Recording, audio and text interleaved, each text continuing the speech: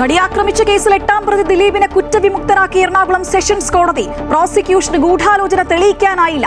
1 മുതൽ 6 വരെ പ്രതികൾ കുറ്റക്കാർ. കൂട്ടബലാത്സംഗം, തട്ടിക്കൊണ്ടുപോകൽ, ഗൂഢാലോചന കുറ്റങ്ങൾ തെളിഞ്ഞു. 12ാം തീയതി ശിക്ഷയിൽ വാദം. 7, 9, 10 പ്രതികളെയും വെറുതെ വിട്ടു.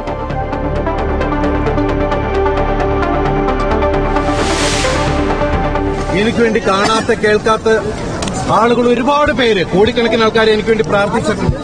എന്നെ അത്രയും സപ്പോർട്ട് ചെയ്ത ഒരുപാട് ആളുകളുണ്ട്. അവരുടെ പേരെടുത്ത് പറഞ്ഞാൽ തീരില്ല. അവര് വിവിധ മേഖലയിലുള്ള ആളുകളാണ്.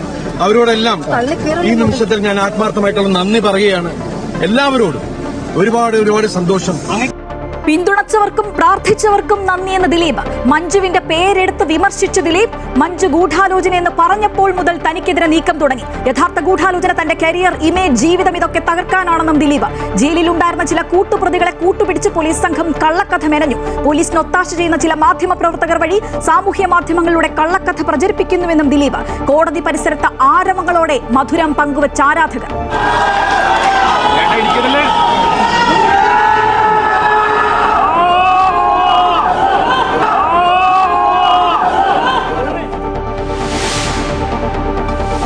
എറണാകുളം ജില്ലാ സെഷൻസ് കോടതി വിധിക്കെതിരെ ഹൈക്കോടതിയെ സമീപിക്കാൻ ഒരുങ്ങി പ്രോസിക്യൂഷൻ. തുടർ നിയമ നടപടികൾ പരിശോധിക്കും. തൽക്കാലം പ്രതികരിക്കാനില്ല എന്ന അതിജീവിതയ്ക്കൊപ്പമെന്ന് ആവർത്തിച്ച് സർക്കാർ.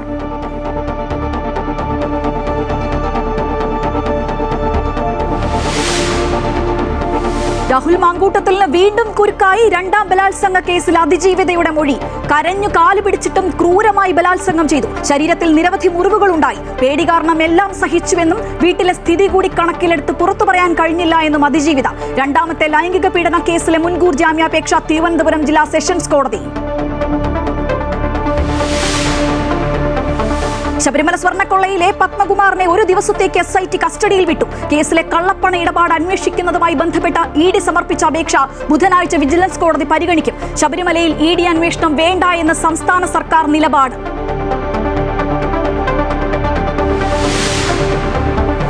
വന്ദേമാതരം കേവലം സ്വാതന്ത്ര്യത്തിന്റെ ഭാഗമായുള്ള ഗാനമല്ല, മറിച്ച് പവിത്രതയുള്ളതെന്ന് പ്രധാനമന്ത്രി നരേന്ദ്രമോദി. മാതരത്തിന്റെ 150ാം വാർഷികവുമായി ബന്ധപ്പെട്ട ചർച്ച പാർലമെന്റിൽ തുടരുന്നു. പ്രിയങ്ക ഗാന്ധി ഉൾപ്പെടെ 8 കോൺഗ്രസ് MPമാർ ചർച്ചയിൽ പങ്കെടുക്കുന്നു. രാജ്യസഭയിൽ നാളെ ചർച്ച.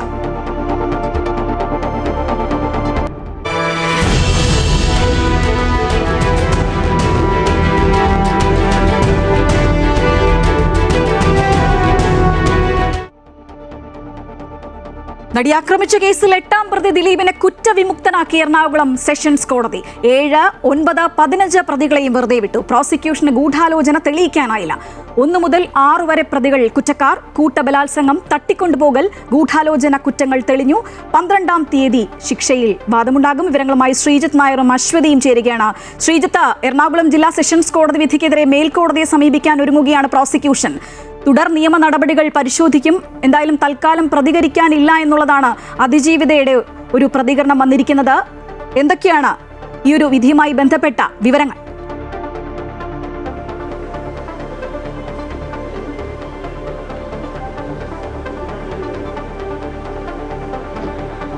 ശ്രീജ, വളരെ നിർണായകമായി കാത്തിരുന്ന ആ വിധിയാണ് ഇന്ന് എറണാകുളം സെഷൻസ് കോടതി പ്രിൻസിപ്പൽ സെഷൻസ് കോടതി ജഡ്ജ് ഹണി എം വർഗീസ് പുറപ്പെടുവിച്ചത്. ഇതിനകത്ത് ഏറ്റവും പ്രധാനമായി ചർച്ച ചെയ്തുകൊണ്ടിരുന്ന ദിലീപിൻ്റെ കാര്യത്തിൽ എന്തുണ്ടാകുമെന്നായിരുന്നു. ദിലീപ് കുറ്റവിമുക്തനാക്കപ്പെട്ടിരിക്കുന്നു. ദിലീപ് ഈ കേസിൽ നിരപരാധി എന്നത് പ്രോസിക്യൂഷന് തെളിയിക്കാൻ സാധിക്കാത്തൊരു സാഹചര്യത്തിൽ അങ്ങനെ ഒരു തീരുമാനത്തിലേക്ക് എത്തിയിരിക്കുന്നു.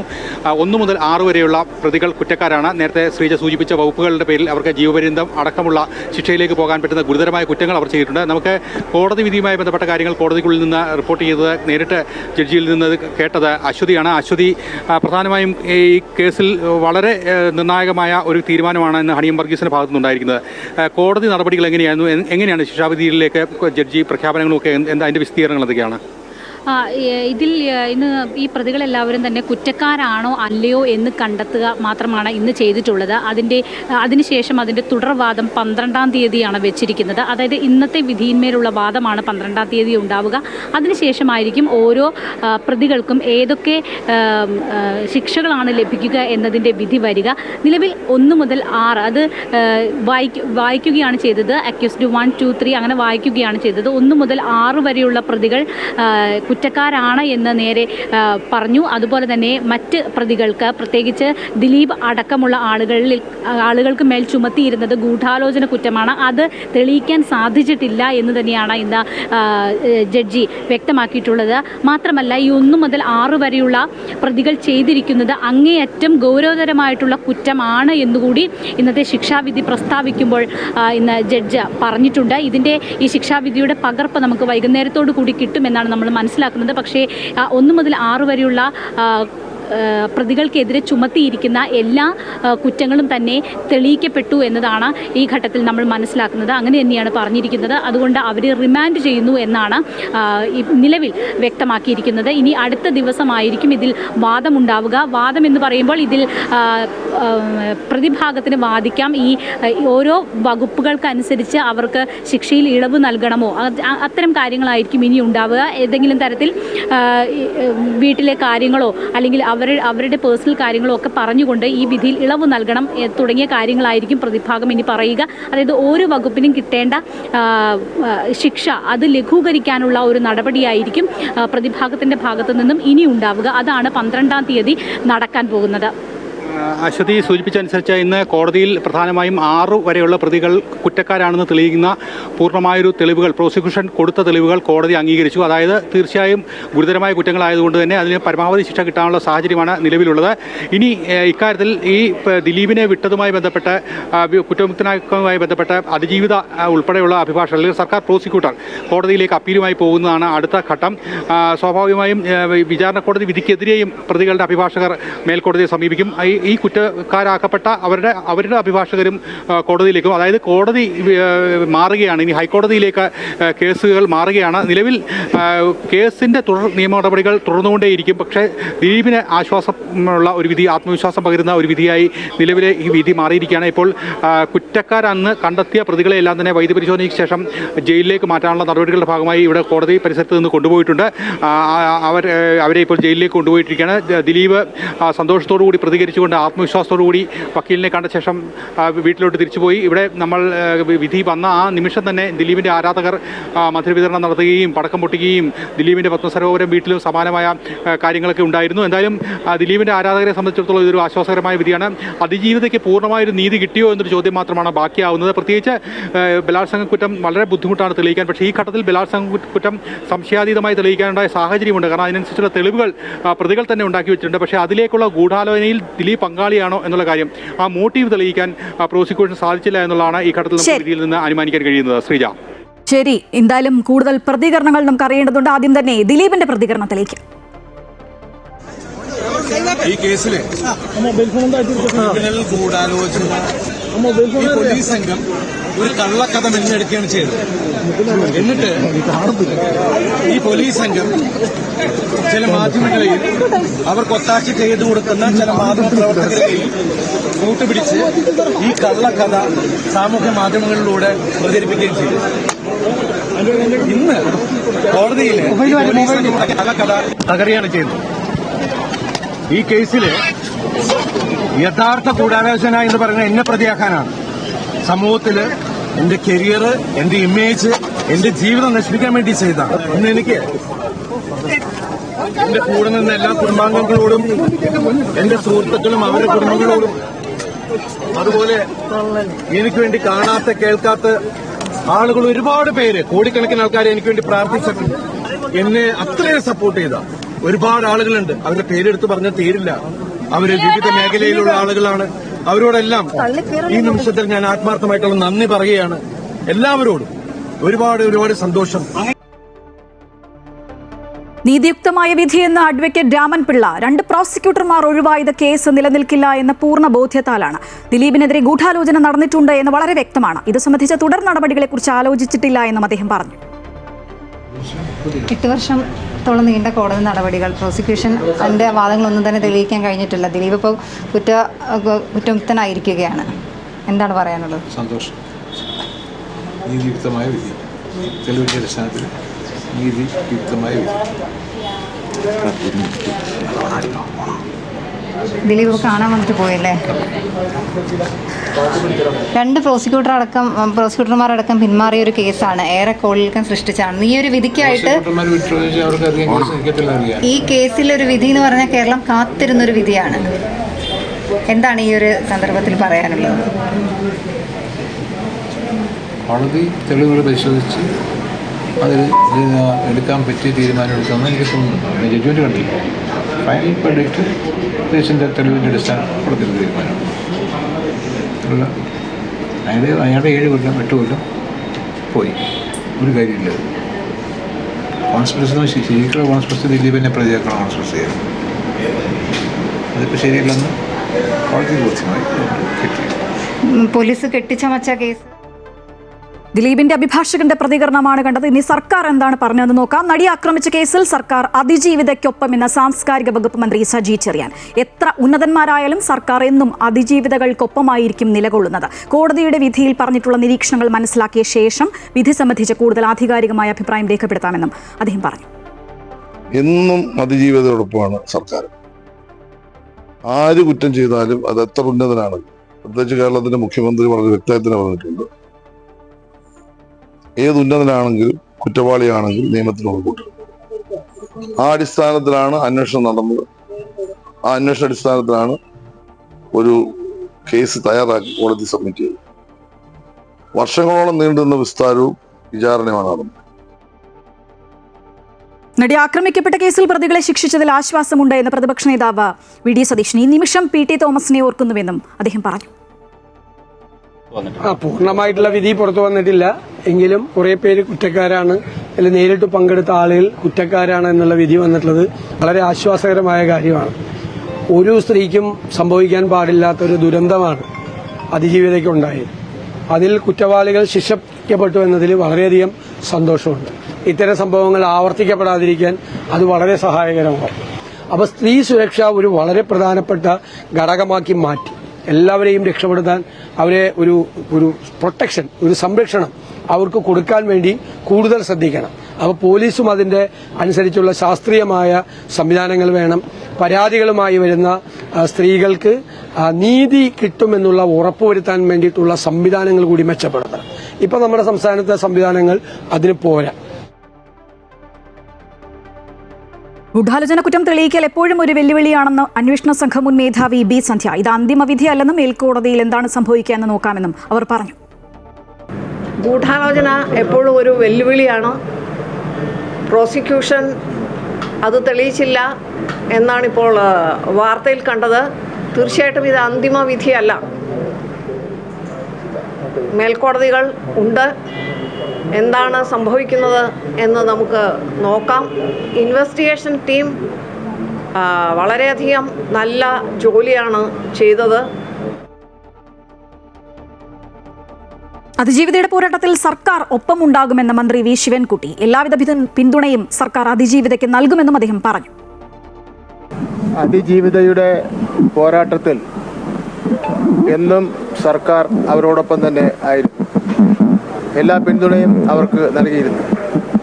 ഇനിയും അതിജീവിതയ്ക്ക് എല്ലാവിധ പിന്തുണയും ഗവൺമെൻറ് നൽകും. വിധിയുടെ പൂർണ്ണരൂപം വന്നിട്ടില്ല. വിധിയുടെ പൂർണ്ണരൂപം വന്നതിന് ശേഷം ഗവൺമെൻറ് ആലോചിച്ച് ആവശ്യമായ തീരുമാനങ്ങൾ കൈക്കൊള്ളും. വിധി നീതി നിഷേധമെന്നാണ് സാമൂഹ്യ പ്രവർത്തക കെ അജിതയുടെ പ്രതികരണം. ഈ വിധി അത്യന്തം നീതി നിഷേധമാണ് എന്ന് പറയാതെ വയ്യ. കാരണം ഗൂഢാലോചന തെളിയിക്കാനുള്ള തെളിവുകൾ ഇഷ്ടം പോലെ രംഗത്ത് വന്നിട്ടുണ്ട്. ഹാഷ്ടാഗും മെമ്മറി കാർഡിൻ്റെ കാര്യങ്ങളും വളരെ ഗോപ്യമായി സൂക്ഷിക്കേണ്ട മെമ്മറി കാർഡാണ്.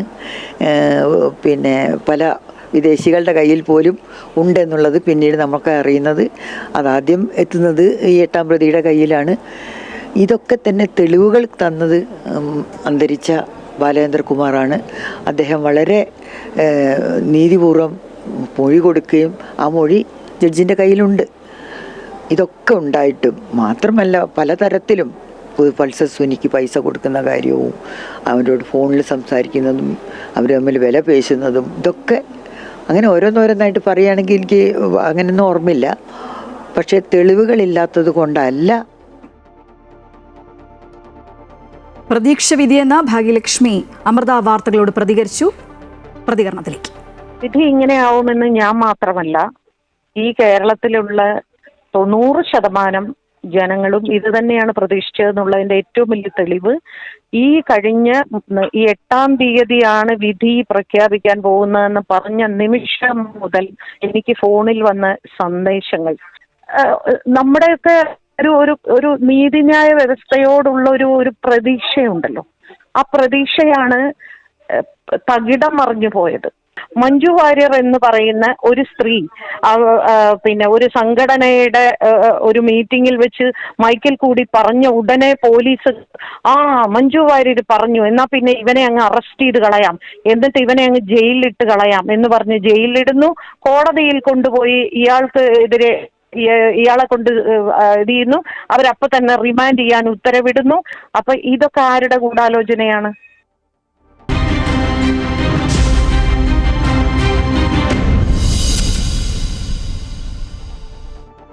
രാഹുൽ മാങ്കൂട്ടത്തിന് വീണ്ടും കുരുക്ക്. 2ാം ബലാത്സംഗ കേസിൽ അതിജീവിത അന്വേഷണ സംഘത്തിന് മൊഴി നൽകി. ഡിജിറ്റൽ തെളിവുകളും കൈമാറിയിട്ടുണ്ട്. അന്വേഷണ ഉദ്യോഗസ്ഥ ജി പൂങ്കഴിയുടെ നേതൃത്വത്തിലുള്ള അന്വേഷണ സംഘമാണ് മൊഴി രേഖപ്പെടുത്തിയത്. കരഞ്ഞ് കാലു പിടിച്ചിട്ടും ബലാത്സംഗം ചെയ്തതായും പേടി കാരണമാണ് പുറത്തു പറയാതിരുന്നതെന്നും മൊഴിയിൽ പറയുന്നു. ആദ്യം രാഹുൽ പ്രണയാഭ്യർത്ഥന നടത്തി. പിന്നീട് ഫെനി തന്നെ കാറിൽ കയറ്റി രാഹുലിന്റെ ഉടമസ്ഥതയിലുള്ള ഔട്ട് ഹൌസിലെത്തിച്ചു. രാഹുൽ ക്രൂരമായി പീഡിപ്പിച്ചു. ശരീരത്തിൽ നിരവധി മുറിവുകളും ഉണ്ടായി. പേടി കാരണം എല്ലാം സഹിക്കുകയായിരുന്നു. വീട്ടിലെ സ്ഥിതി കൂടി കണക്കിലെടുത്ത് പുറത്തു പറയാൻ കഴിഞ്ഞില്ല എന്നും മൊഴിയിൽ പറയുന്നു. കേസിൽ മുൻകൂർ ജാമ്യാപേക്ഷയിൽ വാദമടച്ചിട്ട കോടതി മുറിയിൽ തുടരുകയാണ്. ശബരിമല സ്വർണ്ണക്കൊള്ളയിൽ പത്മകുമാറിനെ SIT കസ്റ്റഡിയിൽ വിട്ടു. ദ്വാരപാലക ശില്പ കേസിൽ ചോദ്യം ചെയ്യുന്നതിനാണ് കൊല്ലം വിജിലൻസ് കോടതി കസ്റ്റഡിയിൽ വിട്ടത്. 1 ദിവസത്തേക്കാണ് കസ്റ്റഡി. അതേസമയം പത്മകുമാറിന്റെ ജാമ്യാപേക്ഷയിൽ വാദം പൂർത്തിയായി. ഈ മാസം 12-ന് വിജിലൻസ് കോടതി വിധി പറയും. ഇരു കേസുകളിലും പ്രതിയായതോടെ പത്മകുമാറിന് മേൽ കുരുക്കുമുറുകുകയാണ്. അതേസമയം കേസിലെ കള്ളപ്പണ ഇടപാട് അന്വേഷിക്കുന്നതുമായി ബന്ധപ്പെട്ട ED സമർപ്പിച്ച അപേക്ഷ ബുധനാഴ്ച വിജിലൻസ് കോടതി പരിഗണിക്കും. ഹൈക്കോടതി അനുമതിയോടെയാണ് ED കൊല്ലം വിജിലൻസ് കോടതിയിൽ അപേക്ഷ നൽകിയത്. കേസിലെ FIR, മൊഴിപ്പകർപ്പടക്കമുള്ള അനുബന്ധ രേഖകൾ ആവശ്യപ്പെട്ടാണ് അപേക്ഷ സമർപ്പിച്ചത്. രേഖകൾ കൈമാറുന്നത് സർക്കാർ കോടതിയിൽ എതിർത്തിരുന്നു. ശബരിമലയിൽ ED അന്വേഷണം വേണ്ട എന്നതാണ് സംസ്ഥാന സർക്കാരിന്റെ നിലപാട്. ബുധനാഴ്ച എതിർവാദം കൂടെ കേട്ട ശേഷം രേഖകൾ കൈമാറുന്നതിൽ കോടതി തീരുമാനമെടുക്കും.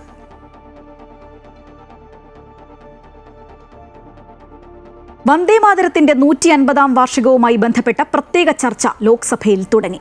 10 മണിക്കൂറാണ് പ്രത്യേക ചർച്ച ഉണ്ടാവുക. വന്ദേമാതരത്തിന്റെ കാര്യത്തിൽ ഭരണപക്ഷമോ പ്രതിപക്ഷമോ ഇല്ല എന്ന് പ്രധാനമന്ത്രി നരേന്ദ്രമോദി പറഞ്ഞു.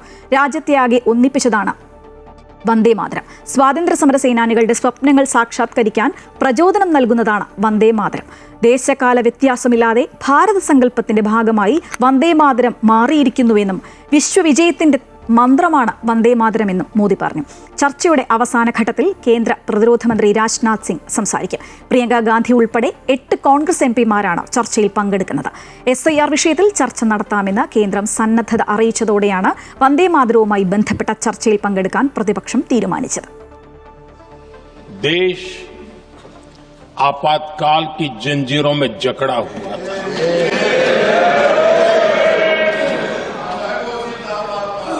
जब वंदे मातरम 100 साल के अत्यंत उत्तम पर्व था,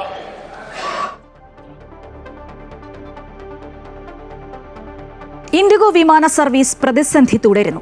ഡൽഹി, മുംബൈ ഉൾപ്പെടെയുള്ള വിമാനത്താവളങ്ങളിൽ നിന്നും സർവീസുകൾ പൂർണ്ണതോതിൽ ആരംഭിക്കാനായിട്ടില്ല. 400 വിമാന സർവീസുകൾ റദ്ദാക്കി. ഡൽഹിയിൽ നിന്നും ബംഗളൂരുവിൽ നിന്നും 100 സർവീസുകൾ റദ്ദാക്കി. ആഭ്യന്തര സർവീസുകളാണ് കൂടുതലായി പ്രതിസന്ധി നേരിടുന്നത്. 2300 സർവീസുകളാണ് പ്രതിദിനം ഇൻഡിഗോ നടത്തുന്നത്. അതേസമയം യാത്രാ പ്രതിസന്ധിയുമായി ബന്ധപ്പെട്ട ഇൻഡിഗോയ്ക്ക് നൽകിയ കാരണം കാണിക്കൽ നോട്ടീസിന് മറുപടി നൽകാനുള്ള സമയപരിധി 24 മണിക്കൂർ കൂടി ദീർഘിപ്പിച്ചു. വിഷയം അടിയന്തരമായി പരിഗണിക്കണമെന്ന ആവശ്യം സുപ്രീം കോടതി നിഷേധിച്ചു. കേന്ദ്ര സർക്കാർ ആവശ്യമായ നടപടികൾ സ്വീകരിക്കുന്നുണ്ട് എന്ന് കോടതി പറഞ്ഞു. പ്രതിസന്ധിയുമായി ബന്ധപ്പെട്ട പൊതു താൽപര്യ ഹർജി ഡൽഹി ഹൈക്കോടതി ബുധനാഴ്ച പരിഗണിക്കും. വിഷയത്തിൽ പാർലമെന്റിൽ പ്രതിപക്ഷം പ്രതിഷേധം അറിയിച്ചു. വ്യോമയാന മന്ത്രി വിശദീകരണം നൽകണമെന്ന് പ്രതിപക്ഷം ആവശ്യപ്പെട്ടു.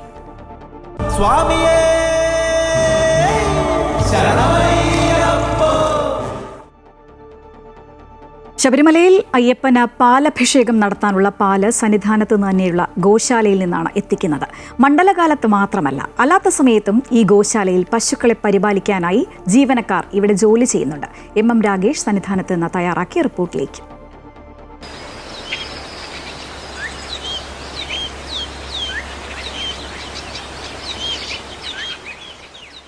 സ്വാമി അയ്യപ്പനുള്ള വിശിഷ്ടമായ പൂജയാണ് പാലഭിഷേകം. ഇതിനായി സന്നിധാനത്ത് നിന്നുള്ള ഗോശാലയിലെ പാലാണ് ഉപയോഗിക്കുന്നത്. ഈ ഗോശാലയിൽ 17ഓളം പശുക്കളാണുള്ളത്. 3 മണിക്ക് നട തുറക്കുമ്പോഴേക്കും പാലെത്തിക്കണമെങ്കിൽ 1 മണിക്കെങ്കിലും ജീവനക്കാർ ഗോശാലയിൽ ജോലി തുടങ്ങണം. ഒരു 12 മണിയാകുമ്പോൾ തുടങ്ങും, ഉച്ചയ്ക്ക് കഴിക്കുള്ളൂ. മറ്റേ 2 മണിയാകുമ്പോൾ തുടങ്ങും, രാത്രി വൈകുന്നേരത്തിൽ. പുലർച്ചെ 3 മണിക്ക് ഒരു മണിയാകുമ്പോൾ തുടങ്ങും. ബാബുവേട്ടനെ കൂടാതെ ഗോശാലയുടെ തുടക്കം മുതൽ കൂടെയുള്ള മണിയൻ ഉൾപ്പെടെ 8ഓളം ജീവനക്കാരാണ് ഇവിടെയുള്ളത്. മണ്ഡലകാലത്ത് മാത്രമല്ല, അതിനുശേഷം വർഷം മുഴുവൻ പശുക്കളെ കൂടാതെ 4 ആട്, 18ഓളം കോഴികൾ എന്നിവയെല്ലാം ഇവർ പരിപാലിക്കുന്നു. 17 പശുക്കളുണ്ട്, പിന്നെ കോഴികളുണ്ട്, ആടുണ്ട്. മണ്ഡലകാലം കഴിഞ്ഞാൽ വന്യജീവി ആക്രമണങ്ങളിൽ നിന്ന് ഗോശാലയെയും ജീവജാലങ്ങളെയും സംരക്ഷിക്കേണ്ട ഉത്തരവാദിത്വവും ഇവർക്കാണ്. ക്യാമറാമാൻ സുരേഷ് പുന്നക്കാടിനൊപ്പം MM രാഗേഷ്, അമൃത ന്യൂസ്, സന്നിധാനം.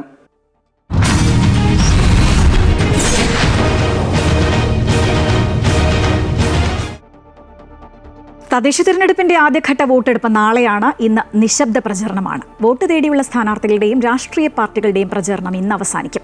തിരുവനന്തപുരം, കൊല്ലം, പത്തനംതിട്ട, ആലപ്പുഴ, കോട്ടയം, ഇടുക്കി, എറണാകുളം എന്നീ 7 ജില്ലകളിലെ 1,32,00,000 വോട്ടർമാരാണ് നാളെ പോളിംഗ് ബൂത്തിലെത്തുക. രാവിലെ 7 മണി മുതൽ വൈകിട്ട് 6 മണി വരെയാണ് പോളിംഗ് നടക്കുക. ത്രിതല പഞ്ചായത്തുകളും നഗരസഭകളും ഉൾപ്പെടെ ആകെ 595 തദ്ദേശ സ്ഥാപനങ്ങളിലായി 11,168 വാർഡുകളിലേക്കാണ് ആദ്യഘട്ടത്തിൽ വോട്ടെടുപ്പ് നടക്കുന്നത്. 36,630 സ്ഥാനാർത്ഥികൾ ജനവിധി തേടുന്നുണ്ട്.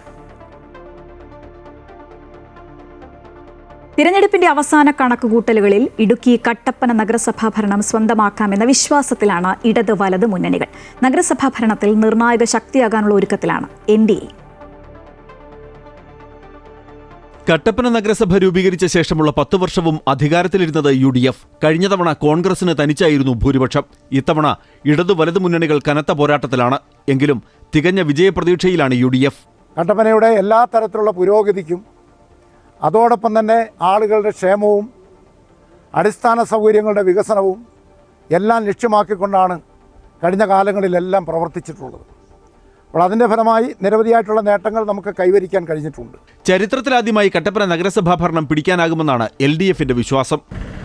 ആരോഗ്യരംഗത്ത് സർക്കാർ ആശുപത്രിക്ക് 2 ഏക്കർ ഭൂമി മേടിച്ചു കൊടുക്കാൻ വേണ്ടി 9 വർഷമായി നഗരസഭയ്ക്ക് കഴിഞ്ഞിട്ടില്ല. അതുകൊണ്ട് നമുക്കൊരു ജനറൽ ഹോസ്പിറ്റൽ സ്ഥാപിക്കാൻ കഴിഞ്ഞിട്ടില്ല. കട്ടപ്പന പോലെ നെടുങ്കണ്ടത്ത് സിന്തറ്റിക് സ്റ്റേഡിയവും മൾട്ടിപർപ്പസ് സ്റ്റേഡിയവും ഉള്ളപ്പോൾ കട്ടപ്പന നഗരസഭയിൽ 100 മീറ്റർ നടക്കാൻ കൂടി ഒരു സ്റ്റേഡിയം ഉണ്ടാക്കാൻ കഴിഞ്ഞിട്ടില്ല എന്നുള്ള പ്രത്യേകതയുണ്ട്. നഗരസഭയിൽ 2 അംഗങ്ങളാണ് BJPക്ക് ഉണ്ടായിരുന്നത്. ഇത്തവണ നിർണായക ശക്തിയായി മാറുമെന്നാണ് NDAയുടെ അവകാശവാദം.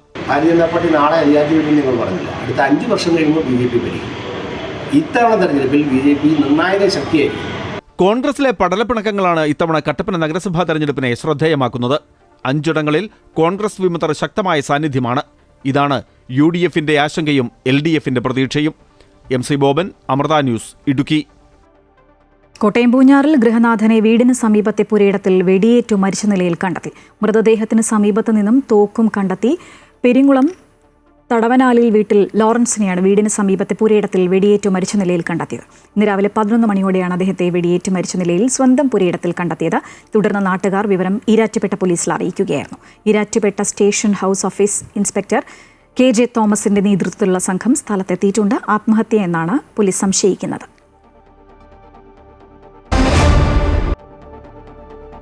ഇന്ത്യ ദക്ഷിണാഫ്രിക്ക T20 മത്സരങ്ങൾ നാളെ മുതൽ തുടങ്ങും. ആദ്യ മത്സരം ഒഡീഷയിലെ കട്ടക്കിലാണ്. 5 T20 മത്സരങ്ങളാണ് ഉള്ളത്. എല്ലാ മത്സരങ്ങളും രാത്രി 7 മണി മുതലാണ് ആരംഭിക്കുക. പരിക്കേറ്റ ശുഭ്മൻ ഗിൽ ടീമിൽ തിരിച്ചെത്തും. പരിക്ക് മൂലം 2 മാസത്തിലേറെയായി വിട്ടുനിന്ന ഓൾറൗണ്ടർ ഹാർദിക് പാണ്ഡ്യയും തിരിച്ചെത്തും. ഉച്ചവാർത്ത പൂർണ്ണമാകുന്നു. കൂടുതൽ വാർത്തകൾക്കായി അമൃത ന്യൂസ് YouTube ചാനൽ കാണുക. നമസ്കാരം.